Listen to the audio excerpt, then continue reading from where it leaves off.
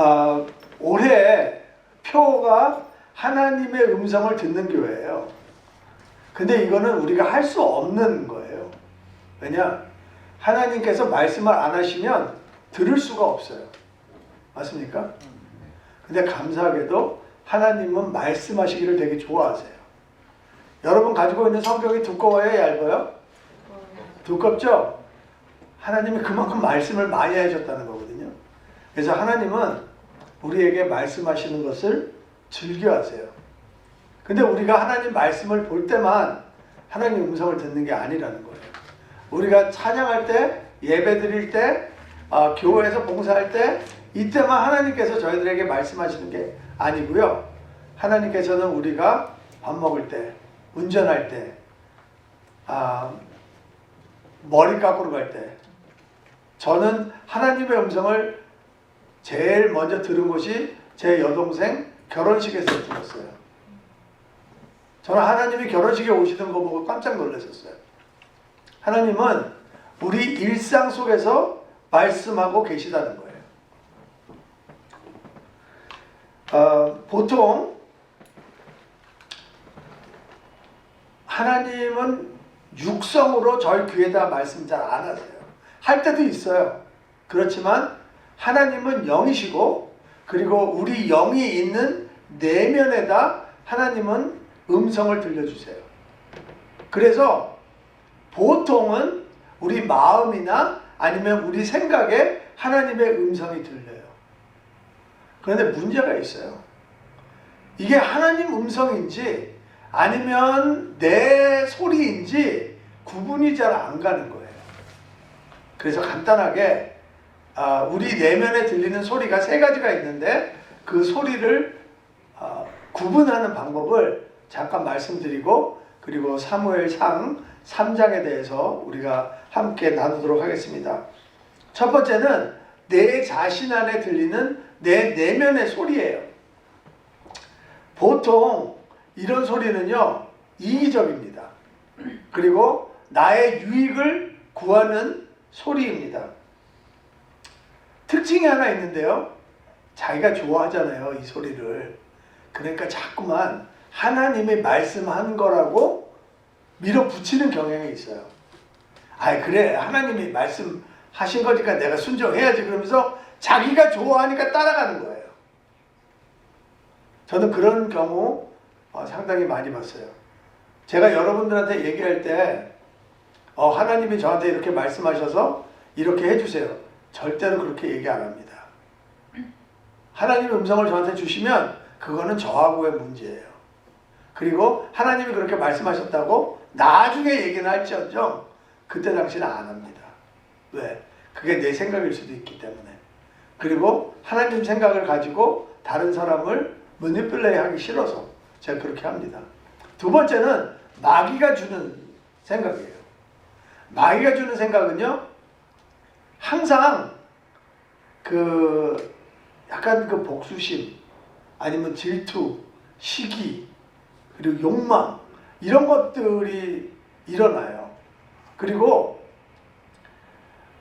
그 상대방이 있잖아요. 그러면 그 상대방에 대한 그 시기심이나 질투심 때문에 항상 그 생각이 분노나 기분 좋지 않은 걸로 끝나요.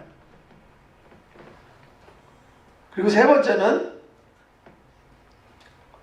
하나님의 음성이에요. 보통 하나님의 음성은 부담스러워요. 별로 듣고 싶지 않아요. 왜냐하면 간단한 일인데도 불구하고 껄끄러워요.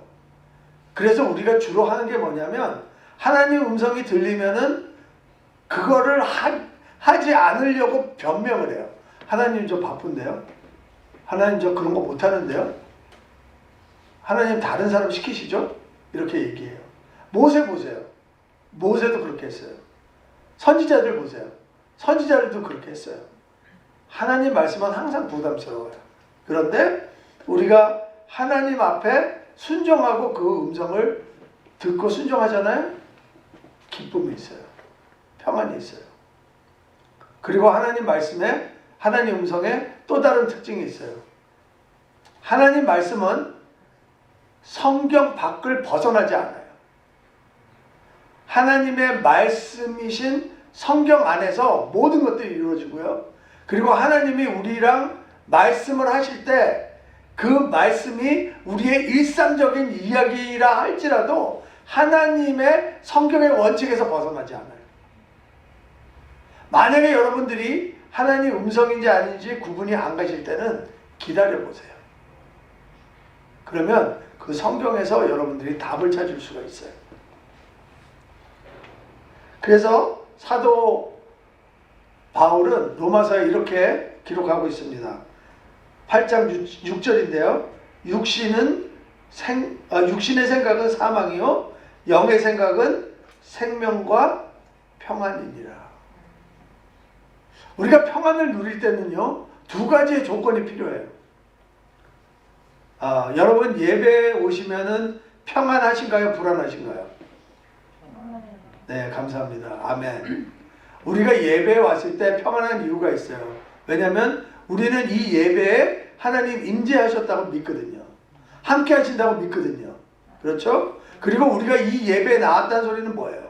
우리가 하나님 통치 안에 순종하며 들어간다는 소리거든요. 그래서 하나님의 임재와 그리고 우리가 통치에 순종할 때 우리 마음은 평안이 있는 거예요. 아멘? 마찬가지예요. 하나님의 음성이 들렸다는 것은 하나님이 우리 삶에 임재하신다는 거거든요. 그리고 그 말씀을 우리가 거부하잖아요. 가슴이요, 막 바늘로 찌르는 것 같아요. 견딜 수가 없어요.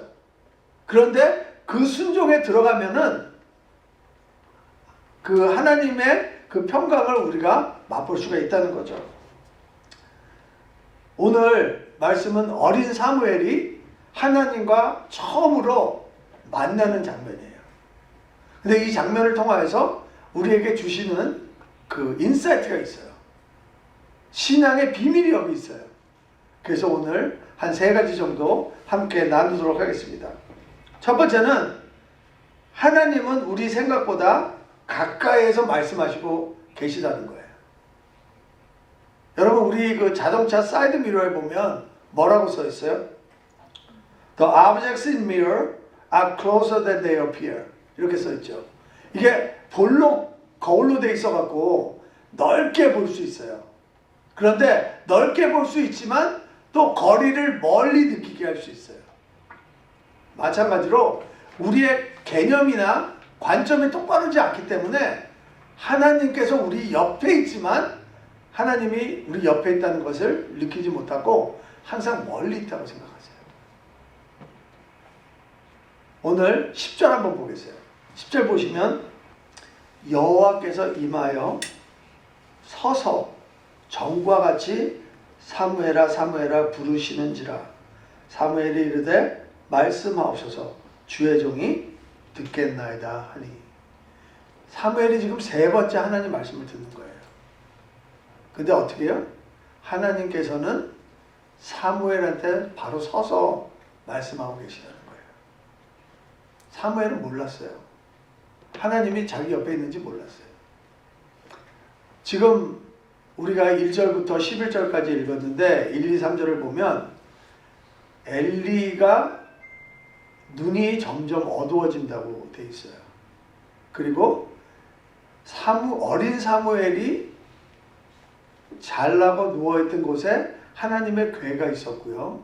그리고 그 전에 있었던 등불이 희미하게 아직 꺼지지 않은 상태로 있었다 그래요. 이거는 사무엘서를 쓴 작가가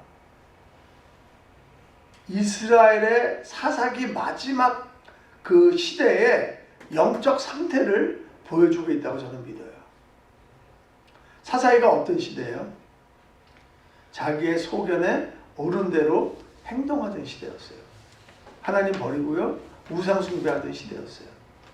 그때 하나님의 말씀도 희귀하고 하나님의 말씀도 거의 나타나지 않을 때에 어린 사무엘은 하나님 궤 옆에서 잘나고 누워있던 거예요. 학자들은 이렇게 이야기를 해요. 왜 어린 사무엘이 하나님 전에서 자고 있었냐? 그때 당시에 근동 지방에서는 신의 계시를 받기 위해서, 꿈이나 환상을 보기 위해서 그 전 안에서, 신전 안에서 잤다고 해요. 아마 사무엘도 제사장의 훈련을 받으면서 하나님의 계시나 환상이나 꿈을 받기 위해서 거기서 잤던 거라고 생각을 합니다. 이거를 신학적인 용어로 인큐베이팅 드림이라고 해요. 꿈을 부활시키는 거죠. 그래서 사무엘이 거기서 자고 있었는데, 사무엘은 꿈을 통해서, 환상을 통해서 하나님을 보려고 했지만 하나님께서는 음성을 들려주시다는 거죠. 제가 어젠가 너무 놀라운 뉴스를 들었어요. 연방정부에서, 연방정부 그 하원에서 미국 모든 그 법률 서류에 성별을 나타내는 단어를 다 뽑아낸대요. 그런 법을 제안을 했어요. 그러니까 예를 들자면 아버지, 어머니 이런 단어 못 쓰는 거예요. 부모라고 써야 되는 거예요. 형제, 자매 이런 단어 못 쓰는 거예요. 시블링이라고 써야 되는 거예요. uncle, aunt 이런 소리 못 하는 거예요. 제가 가슴이 무너져 내리는 것 같더라고요. 이 나라가, 하나님 말씀으로 세워진 나라가 어떻게 이렇게 타락했나. 야, 이게 바로 사사기 시대 때 그랬나 보다. 이런 생각이 드는 거예요. 여러분 기도해 주세요. 그 법안이 통과되지 않게 기도해 주세요. 제가 저희 아내한테 그랬어요. 여보, 내가 힘들지만 내가 정말 한 끼라도 내 금식하면서 이 일을 놓고 기도해야 되겠다고 그랬어요. 우리가 지금 코로나 때문에 함께 할 수는 없지만 여러분들 여러분 자리에서 기도해 주세요. 이거는 되게 중요한 거예요. 왜냐하면 우리뿐만 아니라 우리 자녀들에게 이게 다 영향을 끼치는 거거든요. 근데 지금 우리가 그런 시대에 살고 있다는 거예요. 그런데 하나님께서는 아직도 우리에게 음성을 들려주시고 우리에게 말씀하신다는 거죠. 야고보서에 보면 이런 말씀이 있어요. 하나님을 가까이 하라. 그리하면 너희를 가까이 하시리라. 그러면 하나님을 가까이 한다는 게 뭔가? 그 뒤에 나와 있어요. 죄인들아 손을 깨끗이 하라. 두 마음을 품은 자들아 마음을 성결하게 하라. 우리가 두 마음 갖지 말고 한 마음으로 깨끗하게 하나님 앞에 나가는 게 하나님께 가까이 간다는 거예요. 근데 그러면 하나님이 우리한테 다가오실까요? 아니요. 하나님은 원래 그 자리에 계세요. 근데 우리가 손을 씻고 우리 마음을 하나로 뭉치면 하나님이 보인다는 거예요. 그래서 마태복음에 마음이 청결한 자는 하나님을 볼 것이오라고 했어요. 마음이 청결하지 않으면 하나님을 볼 수 없다는 거죠. 하나님이 가까이 계신데도 우리는 볼 수 없다는 거죠. 하나님 안 보일 때 있어요. 멀리 계실 때 있어요. 그건 우리의 착각이라는 거 여러분들 믿으시기 바라요. 하나님은 우리 가까이에서 오늘도 말씀하고 계시다는 것입니다. 두 번째는 스치듯이 지나가는 생각이 하나님의 음성일 수 있다는 거예요. 자, 보세요. 사무엘상 3장 4절에서 6절 말씀. 여호와께서 사무엘을 부르시는지라 그가 대답하되 내가 여기 있나이다 하고 엘리에게 달려가서 이르되 당신이 나를 부르셨기로 내가 여기 있나이다 하니 그가 이르되 나는 부르지 아니하였으니 다시 누우라 하는지라. 그가 가서 누웠더니 여호와께서 다시 사무엘을 부르시는지라. 사무엘이 일어나 엘리에게로 가서 이르되 당신이 나를 부르셨기로 내가 여기 있나이다 하니 그가 대답하되 내 아들아 내가 부르지 아니하였으니 다시 누우라 하니라. 사무엘이 누워 있었는데 하나님의 음성이 스치듯이 지나간 거예요. 근데 사무엘은 그게 하나님의 음성인지 몰랐어요. 그리고 자기하고 가장 가까이 있었던 엘리가 자신을 부른 줄 알고 엘리한테 뛰어갔어요. 하나님은요, 하나님의 말씀을 할 때 웅장하고 거대하게 말씀하지 않으세요. 세미하게 얘기하세요. 엘리야를 보세요. 천둥과 번개와 불과 바람 속에 하나님의 음성이 없었어요. 근데 하나님의 말씀이 미세하게 엘리야한테 들렸어요.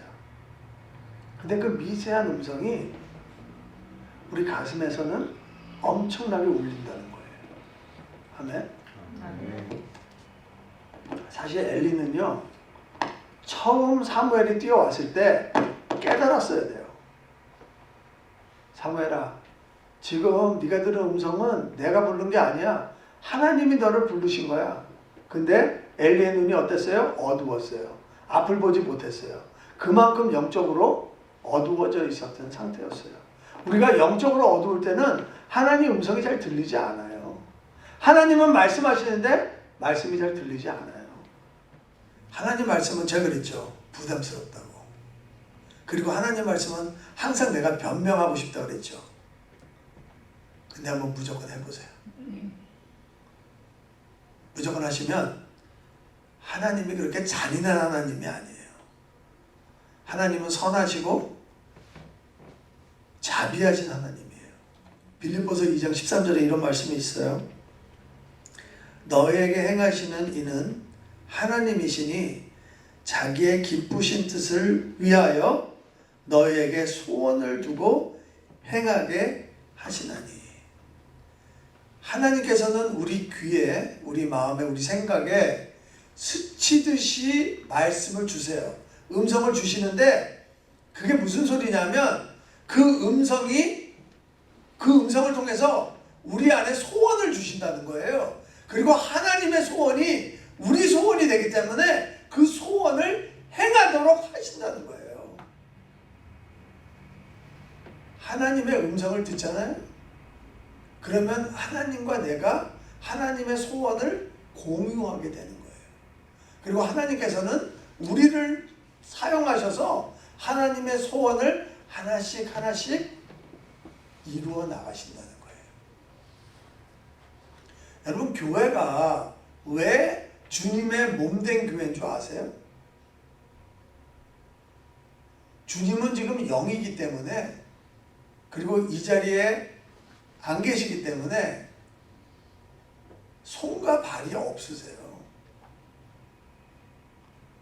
예수 그리스도가 머리 된 교회는 주님의 몸된 교회라고 그래요.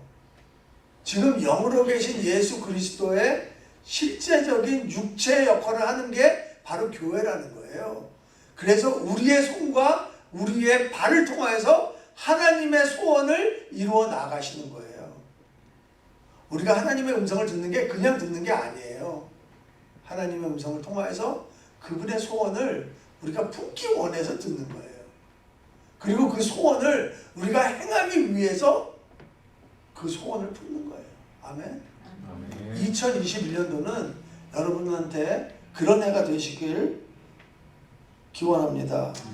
세 번째 보겠어요. 하나님의 음성을 듣는 것은 방법이 아니라 관계라는 겁니다. 8절과 9절 한번 읽어볼게요. 여호와께서 세 번째 사무엘을 부르시는지라 그가 일어나 엘리에게로 가서 이르되 당신이 나를 부르셨기로 내가 여기 있나이다 하니 엘리가 여호와께서 이 아이를 부르신 줄을 깨닫고 엘리가 사무엘에게 이르되 가서 누웠다가 그가 너를 부르시거든 내가 말하기를 여호와여 말씀하시옵소서 주의 종이 듣겠나이다 하라 하니 이에 사무엘이 가서 자기 처소에 누우니라.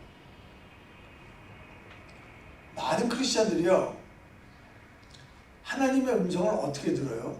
하나님의 음성을 듣는 방법이 뭐예요? 이렇게 질문하는 사람들이 많아요.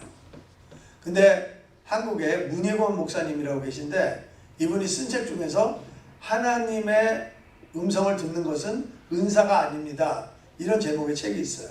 근데 그분 얘기는 그 미국 분들한테 여쭤봤다는 거죠. 어떻게 하면 하나님의 음성을 들을 수 있습니까? 근데 그분들이 하는 얘기가 그냥 하세요. 그냥 하나님과 친분을 가지면 음성이 들려요. 이렇게 대답하더라는 거예요. 맨 처음에는 그게 무슨 소리인지 몰랐대요. 그런데 하나님의 음성은 관계의 문제지 방법의 문제라는 게 아니에요. 지금 엘리가 어린 사무엘에게 하나님의 음성을 듣는 방법을 가르쳐주고 있다고 생각하세요? 아니요. 엘리는 사무엘에게 하나님의 음성을 듣는 태도를 가르쳐주고 있는 거예요. 하나님, 저한테 말씀해 주세요. 하나님의 종, 하나님의 노예, 하나님이 시키면 뭐든지 해야 되는 당신의 노예가 당신의 음성을 듣겠습니다. 지금 순종의 태도를 가르쳐주고 있는 거예요. 하나님의 음성은요, 내가 받을 태도가 안 되면 들리지 않아요. 그렇지만 내가 받을 태도가 되면 하나님께서는 말씀해 주신다는 거예요. 여러분, 하나님의 음성을 한번 들었어요. 그런데 하나님께서는요, 내가 순종하잖아요, 또 말씀하세요. 왜? 관계가 성립됐거든. 근데 내가 순종 안 하잖아요, 그래도 하나님 말씀하세요. 그러다가 어느 순간에 그 말씀이 끊어져요. 음성이 들리지 않아요. 왜? 하나님께서 말씀을 하셔도 순종을 안 하니까. 이해가 됩니까? 여기서 중요한 거는요, 순종하냐 안 하냐의 문제예요. 그리고 하나님과의 관계를 계속해서 이어가냐 안 이어가냐가 중요한 거예요. 모세는요, 어떻게 하나님이 그렇게 모세를 그렇게 사용하셔서 200만 명의 이스라엘 백성들을 애굽에서 이끌어냈냐는 거예요. 한번 출애굽기 33장 11절을 보겠습니다. 이게 하나님과 모세가 대화하는 내용이에요. 사람이 자기 친구와 이야기함같이 여호와께서는 모세와 대면하여 말씀하시며, 하나님이 모세랑 이야기할 때 친구같이 하셨다는 거예요. 그렇게 모세와 하나님은 가까웠다는 거예요. 예수님도 이런 말씀하세요. 요한복음 10장 27절 말씀에 내 양은 내 음성을 들으며 나는 그들을 알며 그들은 나를 따르느니라.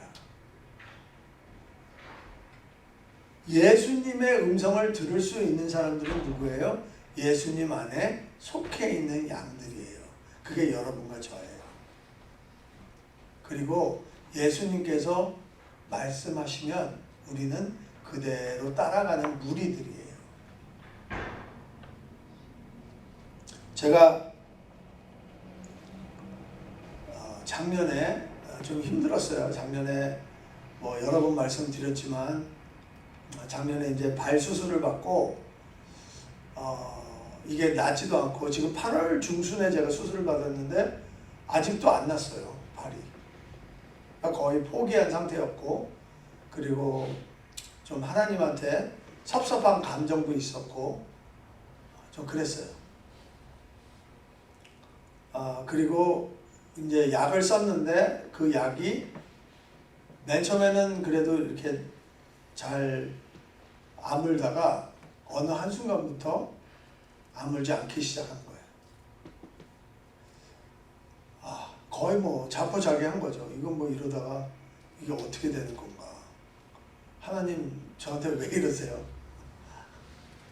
원망도 하고 그리고 실망도 하고 낙심도 되고, 그리고 이게 그 모양이 바뀌니까요, 보기가 참 어렵더라고요. 그러다가 하나님께서 저하고의 관계를 이렇게 서서히 다시 회복시키는 걸 느꼈어요.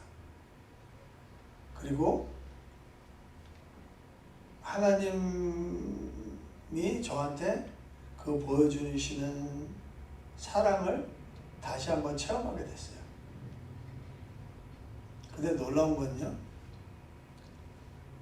제 발이 그렇게 보기 싫었는데 하나님 사랑으로 제 발을 보니까 사랑스러워지더라는 거예요. 제 발이 되게 미웠거든요, 사실 그전에는. 근데 그 발을 보니까 사랑스러워지더라는 거예요. 근데 저희 아내가 또 아물기 시작한다는 거예요. 제가 느꼈어요. 우리의 문제는 문제에서 문제가 아니라는 거예요. 다시 한번 말하겠어요. 우리의 문제는 문제에서 문제가 아니라는 거예요. 우리의 문제는 하나님과 사랑으로 풀어질 수 있다는 거예요. 하나님과 나하고 사랑하는 관계가 되잖아요. 그러면 내가 가지고 있었던 문제는요, 그냥 다 풀어지게 돼 있다는 거예요.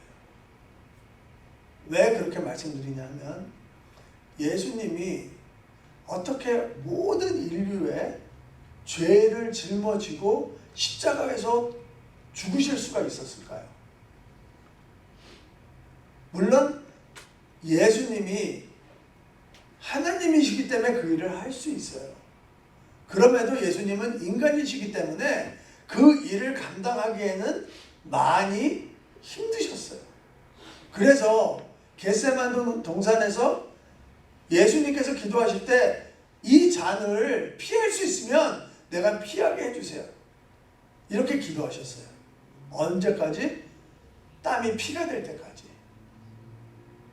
근데 그 일을 하실 수 있었던 것이 마태복음 3장에 있어요.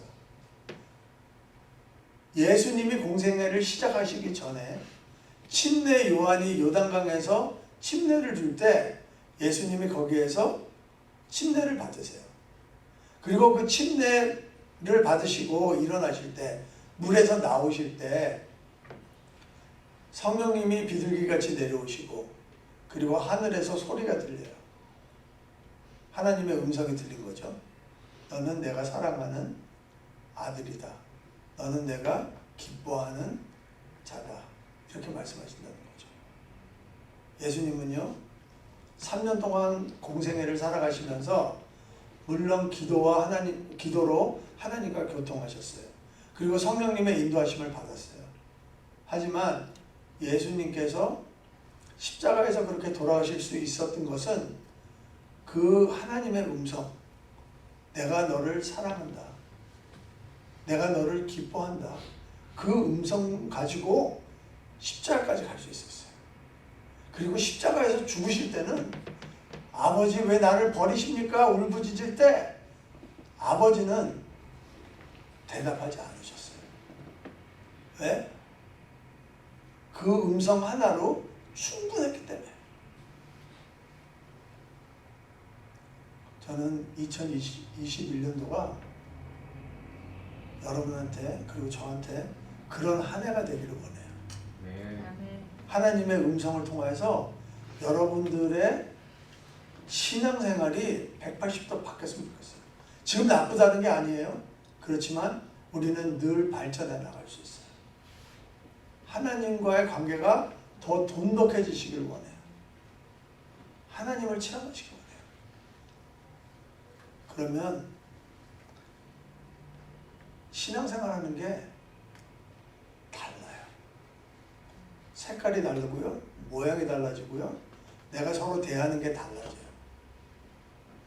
여러분, 행복한 사람과 행복하지 않은 사람 구분하는 방법만 가르쳐드리고 말씀을 마치겠습니다. 여러분, 언제 콧노래를 부르면서 여러분들 하던 일을 했던가요? 행복한 사람은요, 콧노래를 부릅니다. 내가 무슨 일을 하면서요? 찬송가 불러요. 내게 강 같은 평화. 콧노래로 그렇게 불러요. 왜? 행복하니까. 제가 이번 일을 겪으면서요, 언제 내가 콧노래를 불렀나 생각했더니 기억이 안 나요. 근데 요새 콧노래가 나와요. 여러분 삶에 콧노래가 끊이지 않게 주님의 이름으로 축원합니다. 아멘.